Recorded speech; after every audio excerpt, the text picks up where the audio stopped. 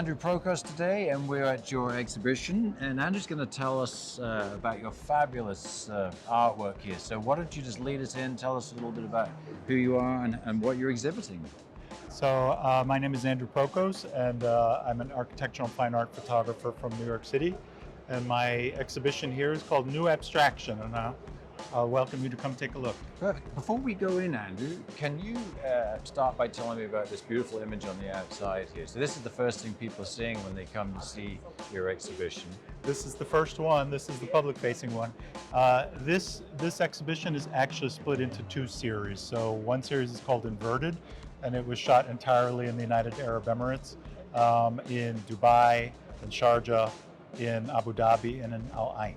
And so this series captured a lot of modernist, the kind of the architectural history of the UAE in a lot of these places, and it encompasses both contemporary architecture and also the modernist buildings. So some of the architectural history of the UAE. And the original concept of this was after I had returned back from New York and had photographed a lot of these buildings in the UAE. I started to play with them stylistically, and I wanted to do something with this exhibition that differentiated it and gave a completely new view of the country, because we have seen this country, particularly Dubai, portrayed over and over and over. Yeah. We've seen enough images pretty much of the city, and I wanted to make sure that I produced something that was unique, that had its own voice, and was stylistically interesting. So yeah, so replicating what people had done before wasn't going to work. No, yeah. no, I wanted to do something completely new with this. So this side of the exhibition, New Abstraction, that is the result of that work that you shot here in the United Arab Emirates. Well, the combined exhibition, I mean, there were really two completely different series stylistically. This one was first started in 2019, the photograph before the pandemic. Yeah. So the photographs were actually taken, and it's an interesting story because I was invited by the UAE Embassy in Washington, D.C. As part of a delegation of curators from the Guggenheim Museum, from a museum in Los Angeles, and some artists, photographers, and writers from the New York Times and other publications to do a cultural delegation. And during that time, they really gave us an interesting they gave us tours where I captured some of the older buildings, and then I stayed on in the UAE to continue the series shooting more of the modern buildings on my own. This one here in Dubai is Sheikh Zayed Road. This one is a close-up of a modernist building in Abu Dhabi, which I found absolutely fascinating because it's completely unique to the Middle East. Some of this architecture, you wouldn't find this in the States, certainly. And also, these pictures incorporate some of the daily life. So you're getting a glimpse not only of the architectural style alone, but you're seeing how people live, because this is an occupied building, this is an inhabited building. So typically, if you would see a shot of this building, you have people's laundry strung up, you have baby strollers, you have one man there hanging out on the terrace. I think he was hanging out some laundry, all kinds of life, right? And you would say, well, this is a little busy, a little cluttered. But then when you take it and you invert the image and you present it as negative, all of these astonishing colors emerge. All of the things that are on the balconies now become compelling, and they become interesting things to see instead of mundane things. Everyday things. It's not mundane anymore. The colors really pop. And so I started to work on this style, and over time I decided this is a body of work in itself. So you're in the United Arab Emirates, you're exhibiting here, 2022 Sharjah. But how did you start on this journey? You didn't wake up one morning doing this. How did you start in your photography life to get to here? Well, I mean, I've been doing this now since, I've been a professional. I was an amateur since my early 20s. I became professional at 30. So I've been almost 20 years now working at this. But when you were younger, you were traveling in Europe, correct? But were you traveling as a photographer at that time? I was shooting pretty heavily even as an amateur. What happened was, living in New York after 9/11, I had been working in advertising for some years, and basically 9/11 happened. It was difficult to get a job. I was out Yeah. of work, but I had this passion for photography, and I said to myself, now's not a time to be seeking work. Now's the time to work on your photography and make a so career you were out of it. specifically kind of working towards a Oh career. yes, Yeah, absolutely. I knew that I wanted to just be completely a photographer, but it takes time to get to that. So And was your decision to Europe? Greek parents, immigrants? I mean, was it sort of going back to your roots by going to Europe at that point? Actually not. I moved to Europe for work.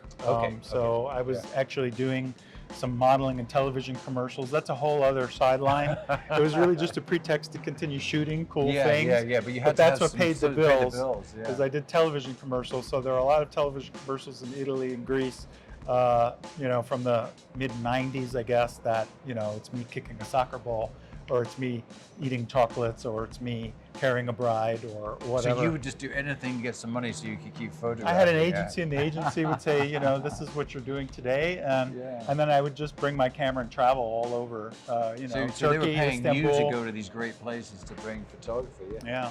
So tell me a little bit about this image, Andy. I mean, it's So this is Abu Dhabi. This is the Louvre Abu Dhabi. I was really, I had access to this building, which was kind of special access because we were there under the auspices of the embassy in Washington, D.C. So the Louvre, was kind enough to open its doors and give us access to the dome itself, which was actually the first time that anybody that wasn't associated with the Louvre ever got to walk around in the dome. There's actually a perimeter that you can walk around. And they're very proud of this because a lot of the metal work that's included in the dome was made in the UAE. Yeah. So this is partially local production. From an artistic perspective, it blew my mind. I just loved it. I like anything with a lot of geometric nature. This is, building by Jean Nouvel. I love his work. So this was just a natural for me. And it took on a life of its own, really, once it was inverted, because it went from being a very light color image to being this very dark, ribbed image with these blue-green colors, which are actually the sunlight, the dappled sunlight coming through. It has a completely different feeling, which is kind of playful in a way. It's not at all relating to the original image. How do you get to the point of deciding you wanted to do these inverted images? What gave you this inspiration? Well, that's an interesting story. I mean, in doing color inversions, doing inversions of images has been around since the beginning of photography. It stems back to, using negatives, right? So even from my early 20s, and that was when I was still shooting film, was before digital, right? I used to print them as negatives on paper. So you were used to seeing them. I always had a fascination. Yeah. I always had and I think that the fascination was that you take something mundane and it takes on a whole new life of its own when you are looking at the negative colors. You're kind of removing it from the mundane aspect and from the immediate identification that people make with something, and then they can't identify it anymore that easily. And so it has a certain kind of compelling feeling to it because people can't really figure it out. Yeah. So color abstractions, I think typically color inversions are a little less done in photography. Usually it's black and white because the colors are so bold, and so it's a series that has a lot. It's a courageous series that has a lot of bold colors, has a lot of pop to it. Yeah. So I thought it suited the UAE and the architecture here. Yeah. How do you feel about having exhibited here, Professor? No, I loved it. I mean, I love the idea, and I think it's at home. And the interesting thing for me, and I think all of the photographers here, we're producing our work in our own little environment, right? And so we don't really get the full picture until it gets presented to the public. So I have my own opinions, I have my own views about what I've produced. I have my favorites, I have other ones. You don't really get the full picture of the impact it's having until it gets put out there and people, and it doubly so when it goes to the place where it was produced. Yeah. So I'm today's the first day. I'm very eager to see the feedback for this Yeah. series from the locals as time progresses. Yeah, and I know you're So- very excited this morning when you first saw Yes. everything. But that's nice, isn't it, to have you work in such a Sure beautiful is. environment? Yeah, because the quality of the reproduction, it's not. I think people have to understand when they come to this festival, the caliber of the photographer that's being invited, the caliber of the space, the caliber of the production, everything is top notch. Yeah. And this is not that common in the world of photography. Yeah. And so it's very exciting to see your work presented in this type of, Yeah. at this level. Basically. And how do you feel about this sort of the community that's here, inspiring people to have conversations with and mingle with? Well, you mean the community of photographers or the community of? Everything. Well, I mean, it's thrilling to have people that are so passionate about photography passing through here in large Yeah. numbers and getting inspired. The photographers, a lot of them I didn't know personally. I'm meeting them day by day, hearing their story, and as photographers, it's very interesting to speak to other photographers who are coming from a completely different world that you're coming from. I'm coming from the fine art world. My work is very detail oriented. It's highly specific. It's composed very tightly. It's very controlled in a way. And they're doing photojournalism. They're going to dangerous places. They're in scenarios I've never been in my life. And so I'm living vicariously. Just at breakfast today, I lived vicariously through 3 different photographers. Yeah. So yeah. I'm in awe Yes. of that Yeah. because Yeah. I've never done it. Yeah. So, Do you feel it's inspiring? Oh yeah, Yeah, absolutely. make you kind of want to go out and get your next assignment? Or... I don't know if I'm going to be going to South Sudan like some of them, or You're not going to be doing architecture in South Sudan, right? So all of this on the side this is all in the UAE. Everything on this side Yeah. was shot in the UAE. But over here, you've entitled this one New Abstraction. Right. So this is a completely different concept. for Well, you? this series is entitled Metropolis Abstracted. Yeah. This is a newer series. It's from 2020 and 2021. Yeah. And these are primarily produced in the United States. Most of these at this point are from New York, but also Boston.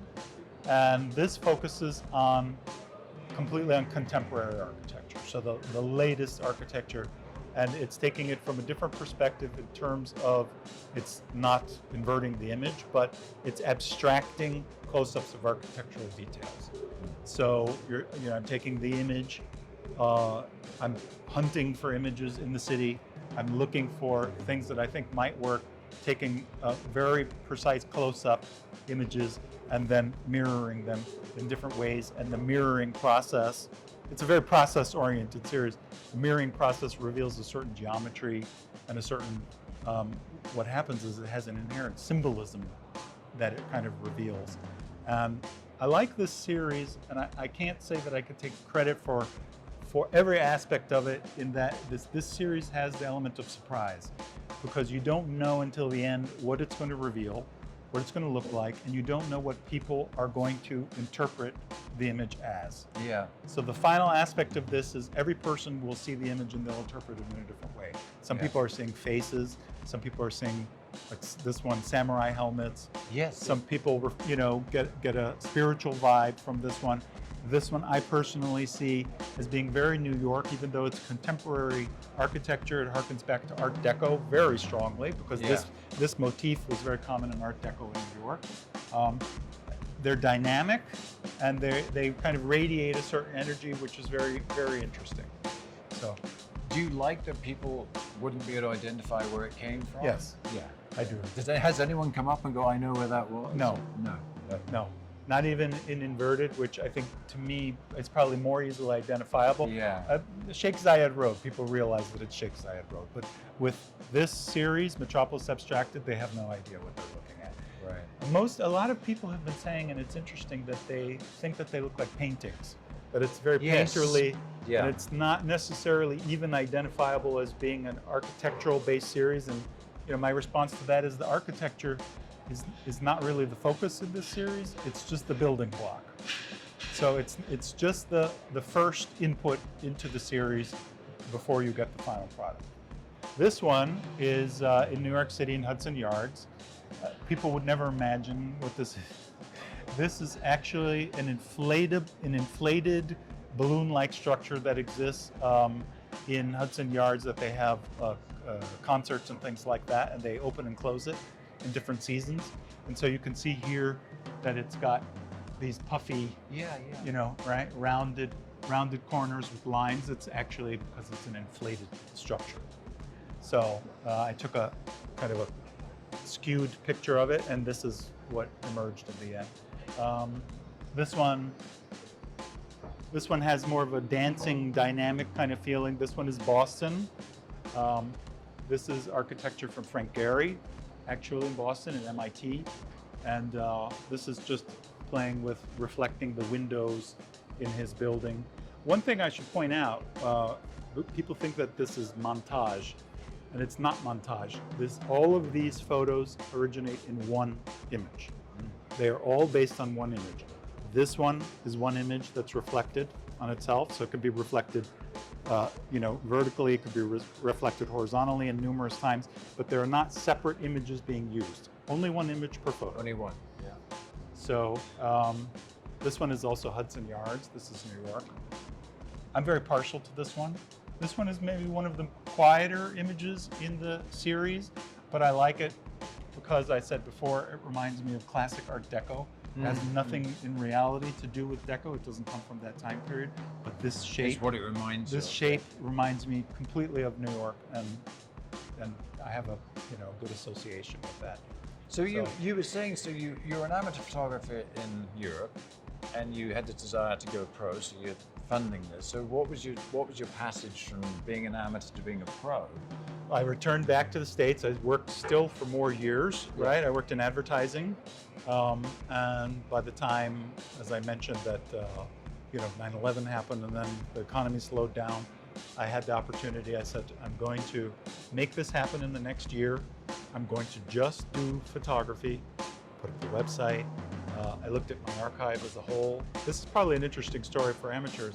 I decided that the work that I had was not strong enough to go professional, and I devoted a year just to shooting, to improve my archive, to capture things that I thought were superior in quality. Sometimes I reshot things that I liked, but I didn't think were, right? Upgraded my camera equipment, upgraded my lens, and spent a year shooting. And after that, I actually started making sales. I started licensing images, and I decided, well, this is going to go. Yeah. And I never looked back. I've been working on my own as a photographer ever since. So sales has been kind of an important part of your process. You were saying, as an amateur coming into this, you have to think about that. Things have changed. Yeah. I'm 50 now, so Yeah. I've been doing this for 20 years. There are opportunities that I had as a photographer that are no longer there for any of us. Even it's changed so fast. Even in the 20 years that I've been in it, there were opportunities, let's say, to license images. There were opportunities to shoot. The shoot rate changed a lot, especially after 2008. It was in that time period that I said, I'm just going to devote myself to fine art photography. I'm going to concept the series. I'm going to produce it, and I'm going to sell it. And I had enough of a base of collectors, enough of a base of buyers at that point that I could make that decision and really not look back. So it wasn't at that point a hardship to let's say I'm not taking every commission that came my way. And I've been very happy with that. I enjoy the process. I always have enjoyed the process of producing something tangible, a physical item. It's a manufacturing process in reality, and that's very gratifying to me. And so that is what I focused on, and I'm very fortunate that I produce and ship around the world, and I also work with galleries. So I have galleries that are selling, and I have direct sales as well. So what have you got for upcoming projects once we leave the United Arab Emirates? Well, I'm working on something that's it's kind of going back to my roots. Metropolis Abstraction is ongoing. Yeah. Right? I'm staying in the UAE to shoot more. Some things might be included in inverted, maybe not. I might just shoot more cityscapes and things like that. But I'm working on a black and white series, completely different than this, that's already been launched through a gallery in New Orleans that focuses on the most beautiful landmark buildings in New York. So it's kind of close-up buildings of the ornate facades, very, very different from Yeah, this. yeah. So as soon as I get back to New York, even though it's cold there, I've got to hit the ground running, and I've got to start producing more in that series, so they have kind of a uniform. It becomes a body of work instead of disparate images. Yeah. Well, thank you so much for giving us some time. Thank you. I know you've been very excited to be here, and Absolutely, it's an amazing... unbelievable venue for photographers. Yeah. And you know, it's kind of a dream. That word comes up a lot. It's like a dream venue to have your work shown here. And to come. Just because the size, the quality, and the quality, and then you're meeting so many other people from around the world that are also exhibiting. They're excited about their work. You get to learn about their work, and you know, you can just step out of this exhibition. I can go see all of the other exhibitions and meet all kinds of people. And it's almost impossible to get anywhere, isn't it? Because you keep stopping and looking. It's the large. I've never seen anything of this scale before. Well, Andrew, thanks so much for your time. Thank you, Really Neale. appreciate it. I appreciate And it. thank you for bringing your exhibition.